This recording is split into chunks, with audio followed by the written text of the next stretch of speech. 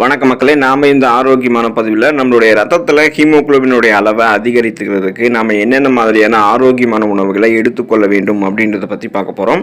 நம்மளுடைய உடல் முழுவதுமாகவே ஆக்சிஜனை கொண்டு செல்வதற்கு ரத்த சிகப்பணுக்களில் ஹீமோகுளோபின் காணப்படுகிறது. ஹீமோகுளோபின் செல்களிலிருந்து உங்களுடைய நுரையீரலுக்கு கார்பன் டை ஆக்சைடை எடுத்துகிட்டு போகுது.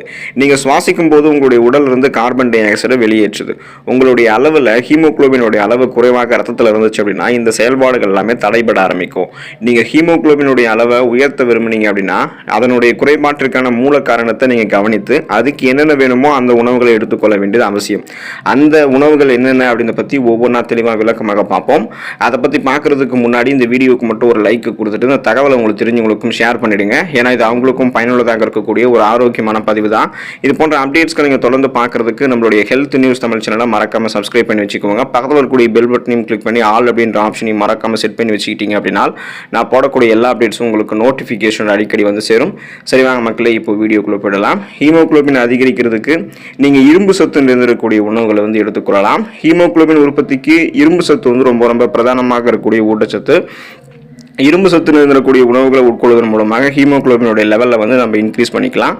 இதனால் இறைச்சி, மீன், டோஃபு உள்ளிட்ட சோயா பொருட்கள், முட்டை, பேரிச்சம்பழம் மற்றும் அத்திப்பழம் போன்ற அந்த ட்ரை ஃப்ரூட்ஸ், உலர்ந்த பழங்கள், ஃப்ரெக்கோலி, கீரை போன்ற கிரீன் வெஜிடபிள்ஸ் என்று சொல்லக்கூடிய பச்சை இலை காய்கறிகள், பச்சை பீன்ஸு, நட்ஸு, விதைகள், வேர்க்கடலை, வெண்ணெய், இது மாதிரி இரும்பு சத்து நிறைந்திருக்கக்கூடிய உணவுகளை நீங்கள் எடுத்துக்கொள்ள வேண்டியது அவசியம். அப்புறம் ஃபோலிக் அமிலம் நிறைந்திருக்கக்கூடிய உணவுகளை எடுத்துக்கணும். ஃபோலிக் ஆசிட் இருக்கக்கூடிய ஃபுட்ஸ் எல்லாம் ரொம்ப ரொம்ப இம்பார்ட்டன்ட்.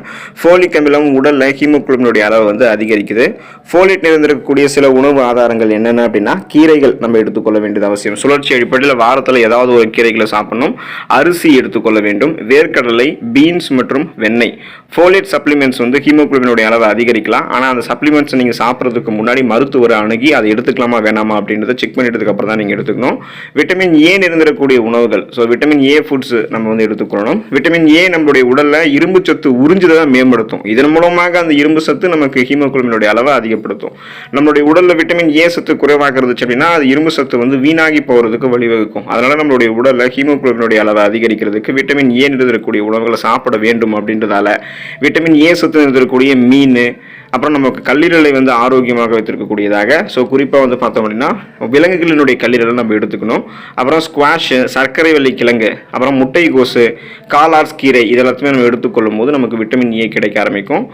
பீட்டா கரோட்டின் இருந்திருக்கக்கூடிய உணவுகளை நம்ம சாப்பிட வேண்டியது அவசியம். பீட்டா கரோட்டின் நம்மளுடைய உடலில் இரும்பு சத்து வீணாக தடுக்கும். அப்போ இருக்கக்கூடிய இரும்பு சத்து வச்சு நம்ம ஹீமோகுளோபினுடைய அளவை இன்க்ரீஸ் பண்ணிக்கலாம். நம்மளுடைய உடலில் போதுமான அளவு பீட்டா கரோட்டின் இருக்கிறதால இரும்பு சத்து உறிஞ்சுதல் அது அதிகரிக்குது. இதனால நம்மளுடைய ஹீமோகுளோபினுடைய அளவை நம்ம அதிகரித்துக் கொள்ளலாம். பீட்டா கரோட்டின் இருக்கக்கூடிய உணவுகளான கேரட் நம்ம எடுத்துக்கொள்ளலாம். சர்க்கரை வெள்ளை கிழங்கு எடுத்துக்கலாம், அதில் பீட்டா கரோட்டின் இருக்கு. பாகற்காய், அப்புறம் மாம்பழங்கள்லாம் எடுத்துக்கொள்ளும் போது பீட்டா கரோட்டின் நமக்கு கிடைக்க ஆரம்பிச்சு ஹீமோகுளோபினுடைய அளவு அதிகரிக்கும். விட்டமின் சி இருக்கக்கூடிய உணவுகளை நம்ம எடுத்துக்கொள்ள வேண்டியது அவசியம். இதன் மூலமாகவும் ஹீமோகுளோபினுடைய அளவை நம்ம அதிகப்படுத்திக்கலாம். சில சமயங்களில் இரும்பு சத்து இருக்கக்கூடிய உணவுகள் அல்லது சப்ளிமெண்ட்ஸ் நம்ம உட்கொண்டாலும் இரும்பு சத்து அளவுகளை எந்த முன்னேற்றமும் இருக்காது. காரணம் இரும்பு சத்து உறிஞ்சுதல் குறைவாக நமக்கு இருக்கலாம்.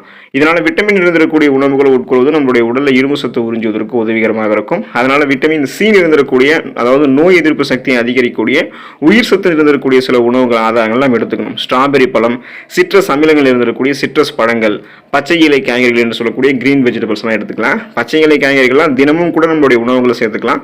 இதை கீரைகளை சாப்பிட முடியும்னா சுழற்சி அடிப்படையில் வாரத்தில் ஏதாவது ஒரு கீரைகளை எடுத்துக்கொள்ள வேண்டியது அவசியம். பீட்ரூட் நம்ம எடுத்துக்கொள்ளலாம். ஹீமோகுளோபினுடைய அளவை ஒரே வாரத்தில் அதிகரிக்கிறதுக்கான உணவுகளாக பீட்ரூட் பார்க்கப்படுது. விட்டமின் பி காம்ப்ளெக்ஸ் நமக்கு பீட்ரூட்டில் இருக்குது. பொட்டாசியம், மெக்னீசியம் மற்றும் தாமிரம் போன்ற தாதுக்கள்லாம் இருக்குது. இது ரத்த சிகப்பணுக்கள் அதிகப்படுத்தி ஹீமோகுளோபினோட லெவலை இன்க்ரீஸ் பண்ணும். ப்ரௌன் ரைஸ் நம்ம எடுத்துக்கொள்ளலாம். ப்ரௌன் ரைஸில் இரும்பு சத்து இருக்குது, டேனிக் அமிலம் இருக்குது மற்றும் பைட்டிக் அமிலத்திற்கான வளமான ஆதாரம் அந்த ப்ரௌன் ரைஸில் காணப்படுது. ஸோ அந்த பழுப்பு அரிசி ஒரு வாரத்தில் நம்மளுடைய பிளட்டில் ஹீமோகுளோபினுடைய அளவு அதிகரிக்கும்.